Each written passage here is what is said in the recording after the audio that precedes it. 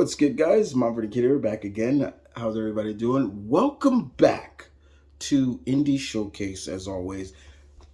This segment where, guys, I talk about, review indie books from the biggest to the smallest and all around.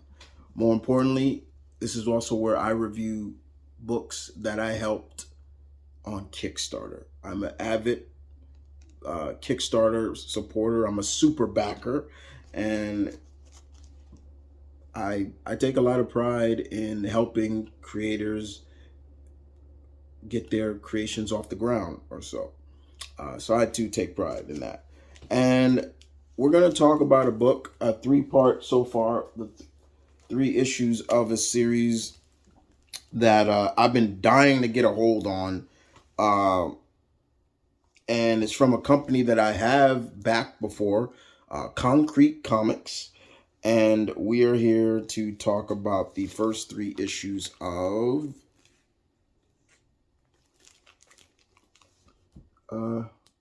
Odina.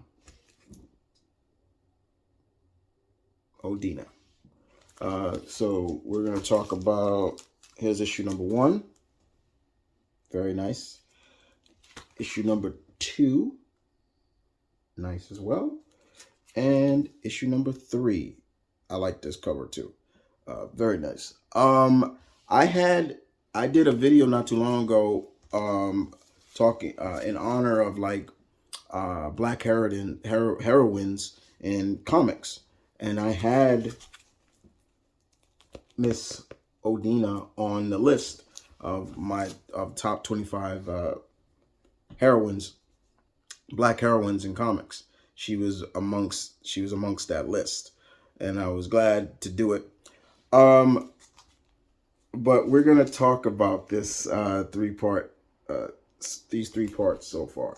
First and foremost, I want to give a shout out to the creators. I don't want to butcher the names, so forgive me if I butcher the name. But I want to make sure I get this right. The names. If I butcher it, I apologize again. But yeah, so the creator, I want to make sure I get it.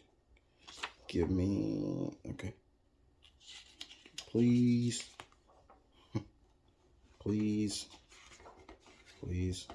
Okay. Jeez. Give me a name. Okay. All right, here we go. Mr. Rouse. Onaji.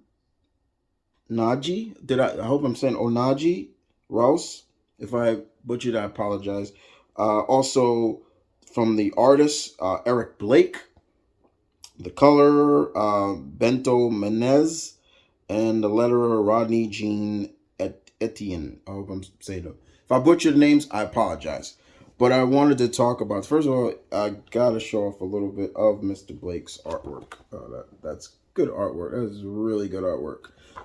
One thing I also want to shout out in this so far, after reading the three-part, is the detail and the exploration, as well as the exposure to Egyptian mythology, Egyptian lore. We don't see a lot of comics do that. We don't see a lot of comics putting emphasis on the Egyptian mythos and the Egyptian pantheon of gods and goddesses. Now you could say, well, Moon Knight does that. Yeah, Moon Knight does do that, but that's the only hero that does. And more importantly, it's kind of told from the eyes of, well, there you go. But here it's told through somebody else's eyes. There you go. But I loved it. I thought this was really good. So there's a program called the SS program that has hybrids, superhumans, and Odina is a part of it, and I guess she's also the most powerful of them.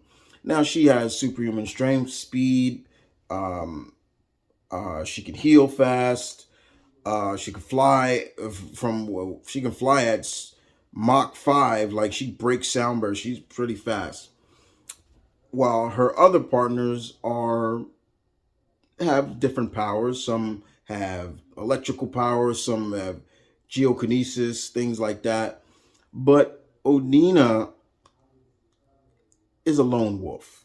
She's a lone wolf. She's in a sense she has this I don't need nobody attitude, and I'm like, whoa, like you've seen characters like this before. That's the thing, and she's brought in by the leader of the team. Um, her name is his name is because what I also love is that all the members of the team they have the little brackets like what they can do in their names. Um, his name his part the leader's name is Devin, and he has solar absorption, and he could it increases his strength and speed and endurance. So it's really cool. And so when they need our titular character here, she's called in. She's like you can kind of say like the big gun. She comes in, does her thing, and I'm like, okay, I'm out. And Devin's more like, well, we could still use your help, and she's like, well, I did my job. Now you, it's it like I said, this lone wolf attitude. And then, of course, after they deal with the random villain who seems to now have been powered up more than what he was before, then it starts getting into something more. And then we are introduced to some new players.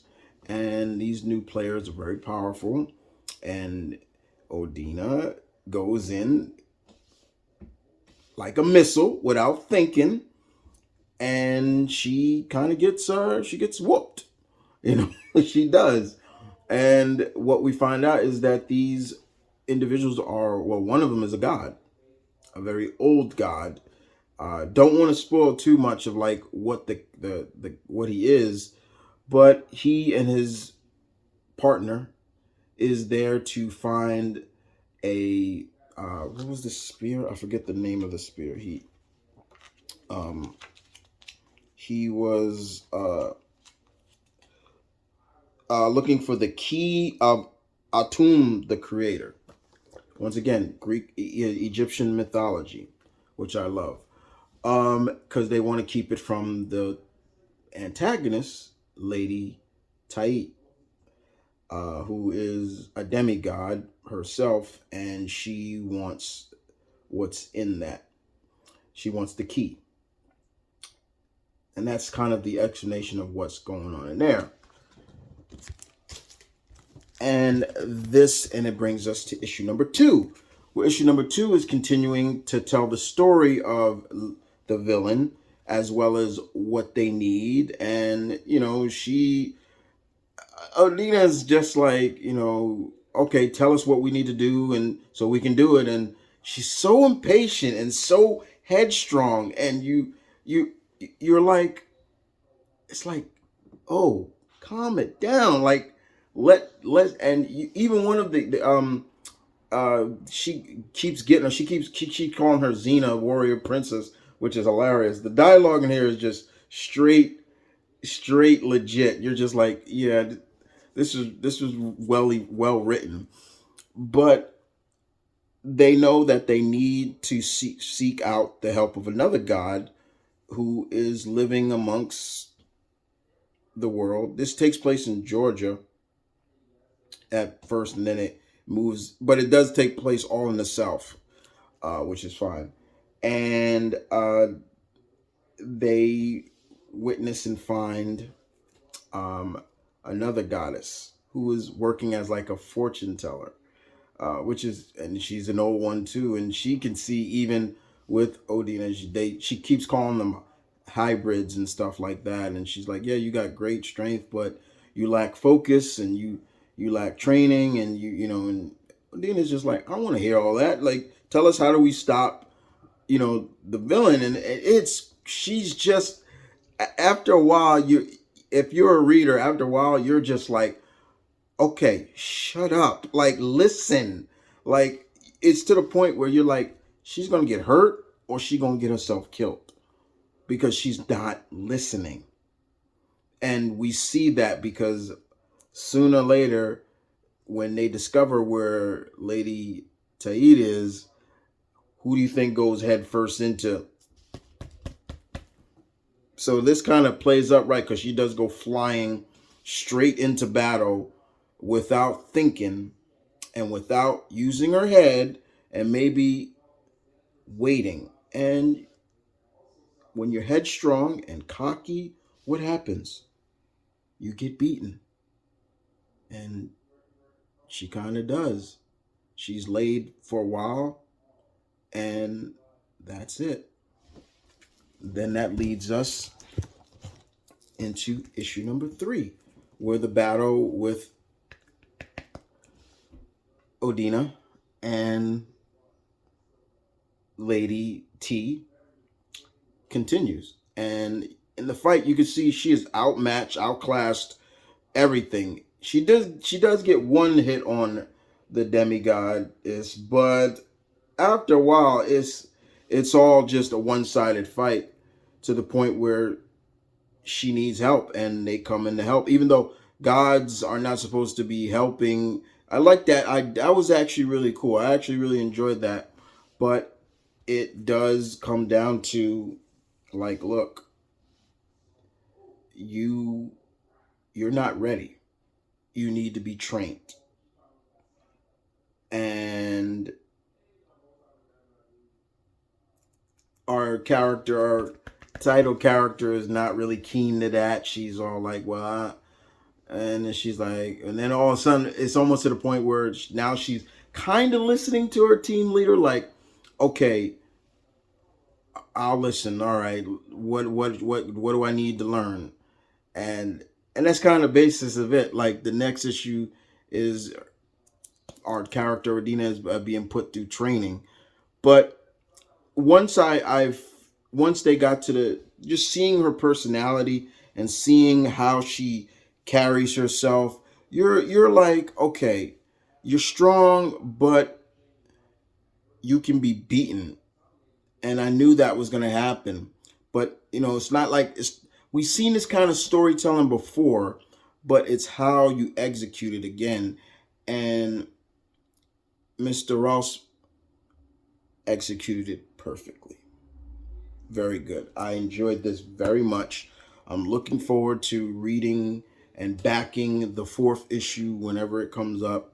Do yourselves a favor, if you have not read any of the books out of Konkret Comics, I will leave the link of their website so you could check out a lot of their books, like the Absolver and people like that. Trust me, there's a lot. I have a lot of Konkret Comic that I backed and got rewards for.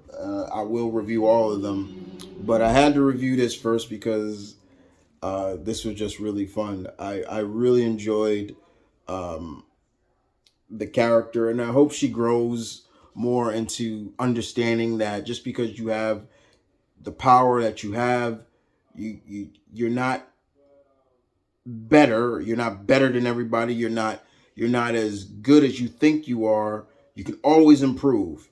And I think that's where she's gonna go on her titular, like,